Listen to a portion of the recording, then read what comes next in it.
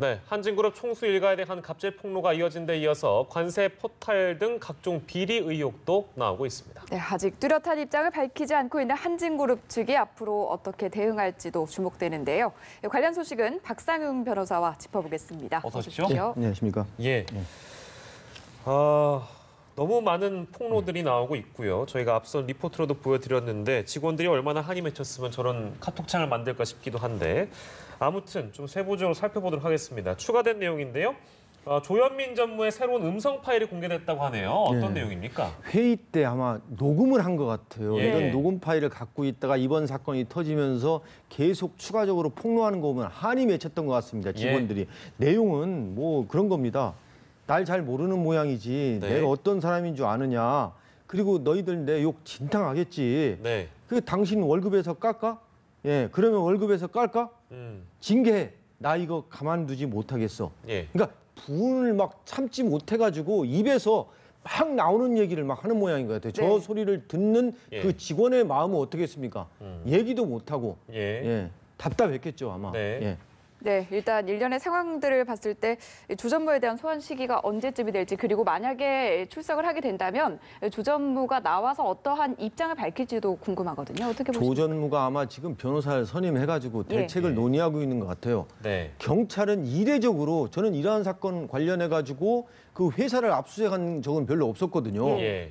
회사까지 압수수색해가지고 휴대전화도 압수하고 거기에 있는 어떤 파일이라든가 또 통화 내역도 분석을 하는 것 같습니다. 혹시 조 전무가 경찰 소환에 대비해서 파일을 지우진 않았나, 네. 또 회사에 어떤 대책 보고를 세우지 않았나. 그래서 경찰 입장에서는 먼저 조 전무를 소환하려면 준비를 해야 됩니다. 피해자가 조 전무로부터 피해자를 확보해야 되고 피해자의 구체적인 협박 사실 그리고 그에 대한 처벌 의사가 있어야만이 조 전무를 소환했을 때 피의자로서 확실하게 입건할 수가 있거든요. 다음 주 초로 한번 예상이 됩니다. 다음 주 초 정도로 예상이 되고요. 폭로 내용 중에 관세청이 한진그룹 총수 일가의 관세 포탈 의혹을 조사 중인 가운데서 이런 구체적인 정황들이 나온 상황인데 총수 일가가 직원하고 여객기를 동원해서 개인 물품을 무관세로 들여온다. 이런 의혹이 제기가 됐거든요. 근데 뭐 일반적으로 저희는 이제 일반이니까 이런 경우가 잘 이해가 안 돼가지고요. 어떻게 가능한가요? 저는 이게 이러한 그 관세청 조사가 왜 예전에 조현아 땅콩 회항 사건 때 이루어지지 않았는지 좀 이해가 안 갑니다. 자, 항공사 오너 일가지 않습니까? 그러면은 자기가 필요한 물품을 구입을 해야 돼, 해외에서요. 그런데 구입하면은 개인 물품이기 때문에 개인으로 오면은 정식적으로 신고해야죠. 세관 통해서 와야 됩니다. 그런데 어떻게 옵니까? 이게 회사 부품을 통해서 왔다는 거예요. 위장을 해가지고. 그리고 세관을 거치지 않고 항공사 임직원이 통하는 별도의 세관 직원이 없는 통로로 들어왔다는 겁니다. 그런데 저는 도대체 관세청은 그동안 뭐 했습니까? 그러게요. 이런 부분도 저는 조사를 해야 한다고 저는 생각합니다. 그리고 이러한 걸 갖다가 알고 있었음에도 불구하고 왜 회사 직원들은 얘기를 못했을까? 그런 부분도 오히려 이 욕설, 폭언보다는 이 부분이 사실상 중하거든요. 관세 포탈죄입니다. 네, 뭐 이번 혐의 같은 경우는 만약에 혐의가 입증이 된다면 어떤 처벌이 가능할지 그 부분도 궁금하거든요. 정식으로 물건을 수입하려면은 세관에 신고하고 관세를 물어야 됩니다. 근데 관세를 물지 않고 비밀 통로로 해서 했거든요. 위장을 해가지고 이건 뭐겠습니까?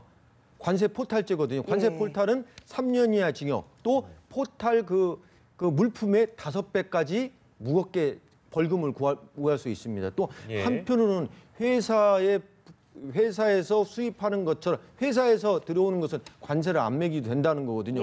위장해서 왔다. 또 회사에 어떻게 보면은 회사 물품에 따라 배임죄 적용도 가능한데 일단은 제가 볼 때는 관세 포탈죄, 관세법 위반이 적용이 된다고 생각합니다. 이런 행위를 얼마나 자주 했는지 어느 정도의 기간 동안 이런 일이 있었는지도 이번 조사를 통해서 좀 상세하게 드러나야 될 텐데요. 아무튼 조현민 전무의 갑질 논란에서부터 관세청이 조사하고 있는 관세 포탈 의혹까지 아무튼 여러 가지 나오고 있습니다. 또 관련된 내용이 추가가 되면 저희가 또 한번 얘기를 나눠보도록 하고요. 네, 이건 또 다른 갑질 사례입니다.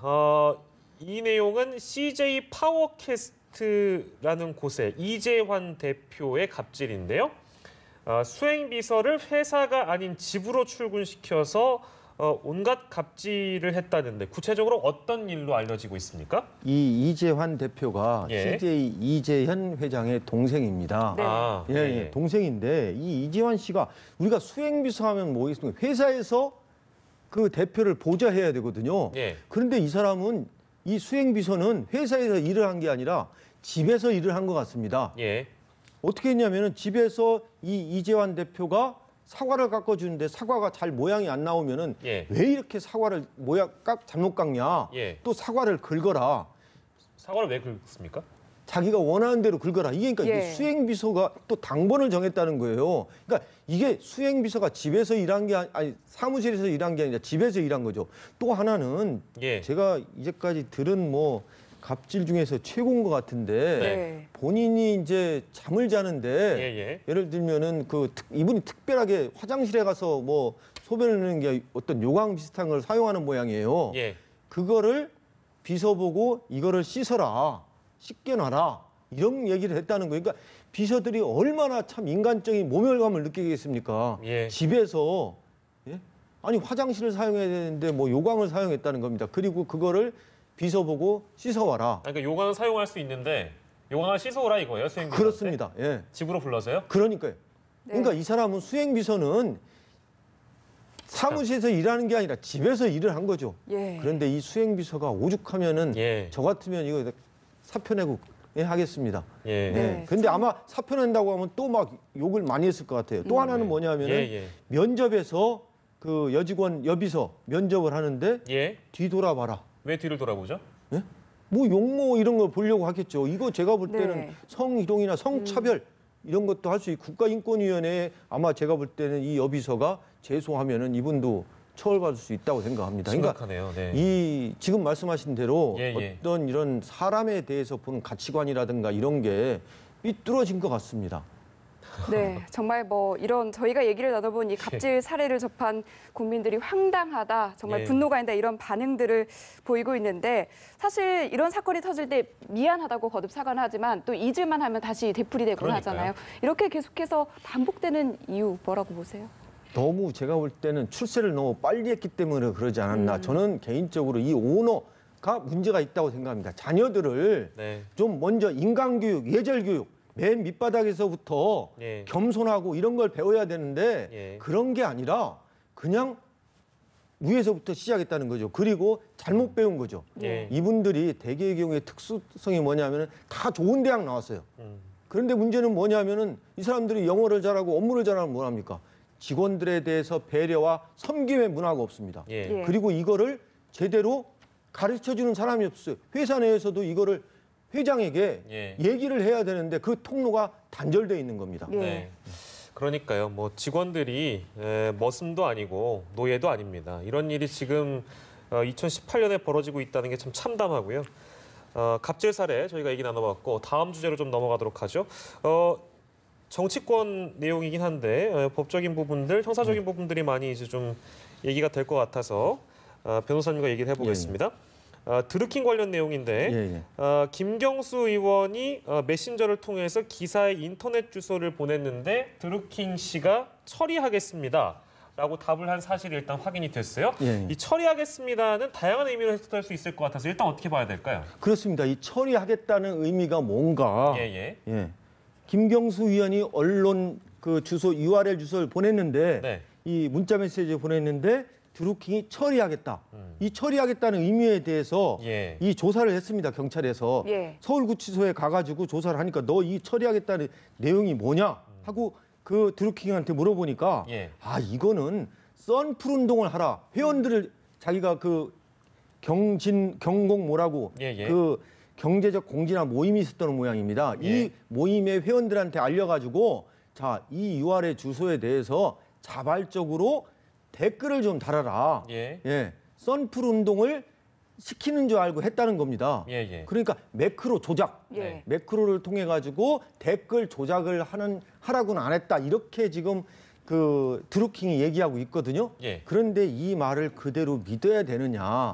이 부분이 이제 조사를 해야 될 것 같습니다. 네. 일단 김경수 의원이 드루킹에게 보낸 메시지 14개 가운데 10개가 인터넷 주소였던 것으로 확인이 됐는데 경찰이 그동안 이런 의혹들을 좀 부인해 왔었잖아요. 이렇다 보니까 뭐 부실 수사 아니냐 여러 가지 의혹들이 나오고 있는데 이 부분에 대해서는 어떻게 좀 저는 해석을 해야 될까요? 개인적으로 제가 경찰을 했는데 이러한 발표가 있을 때마다 왜 서울지방경찰청장이 나서가지고 그것도 서울지방경찰청장은 수사를 한 사람이 아닙니다. 직원들이 수사하거든요. 그리고 수사의 세부적인 사항에 대해서는 얘기를 하면 안 돼요.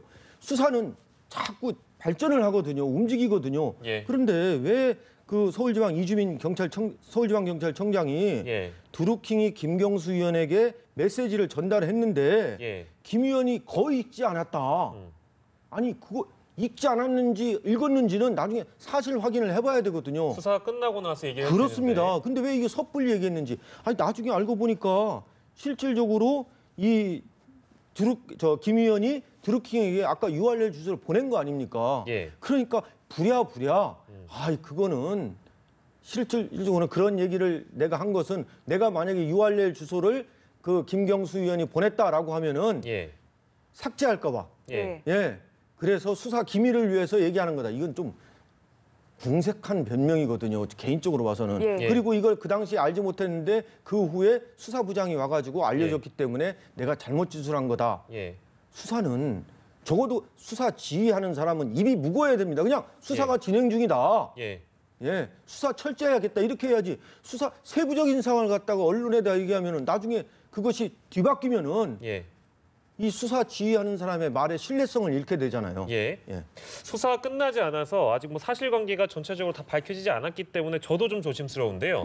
그렇다면 왜 서울지방경찰청장인 이주민 청장은 이렇게 얘기를 했을까? 이유가 뭡니까? 이유가 뭐라고 보세요? 이주민 경찰청장은 제가 볼 때는 아마 이 브리핑도 해서는 안 됩니다. 제가 개인적으로 보면은. 그리고 왜 이주민 경찰청장이 합니까? 수사는 수사부장이나 사이버 수사대장이나 그런 사람이 해야 합니다. 그 사람이 직접 한 단계 건너니까 또 안 되거든요. 그리고 이주민 서울청장은 자꾸 생각을 또 할 수 있게 돼요. 혹시나 이런 말을 하면은 이 사람에게 너무 상처를 주기는 게 아닌가 이렇게 하게 됩니다. 그래서 저는 아직 지금 수사가 진행 중인데 수사가 진행 중인 상황에서 또 진행 중인 상황을 또 얘기하면 안 되게 됩니다. 얘기하게 되면 어떻게 되겠습니까? 진술을 갖다가 번복하거나 수사에 어떤 수사를 실질적으로 실무적으로 하는 사람은 어떻게 했어요? 지휘관이 이러한 생각을 갖고 있다고 하면은 그쪽으로 또 생각을 하게 되거든요. 저는 개인적으로 이주민 청장이 많은 어떤 부담을 많이 가졌다고 저는 생각합니다. 알겠습니다. 네, 일단 경찰이 압수물을 분석한 뒤에 김경수 의원 소환 조사하는 것을 검토하겠다고 밝혔는데 언제쯤 소환 조사가 이뤄질지 또 야권을 중심으로 특검 목소리가 높은데 특검 가능성은 어떤지 끝으로 짚어주시죠. 김경수 의원은 빨리 자기를 조사해달라고 하거든요. 특검도 해달라고 하거든요. 근데 빠른 조사가 좋은 게 아닙니다. 빠른 조사는 졸속 수사가 될 수 있습니다. 수사는 철저히 구중을 한 다음에 마지막으로 불러서 조사를 해야 됩니다. 필요하다면 특검 조사에도 임할 것이라고 김경수 의원이 얘기를 했기 때문에 어쨌든 수사에 협조한다는 입장이잖아요. 그렇습니다. 하지만 경찰의 조사가 빠른 것이 중요한 게 아니고 정확하고 그렇습니다. 면밀하게 다 조사를 해야 된다라는 얘기까지 들었습니다. 박상윤 변호사와 이 내용 함께했습니다. 고맙습니다. 고맙습니다.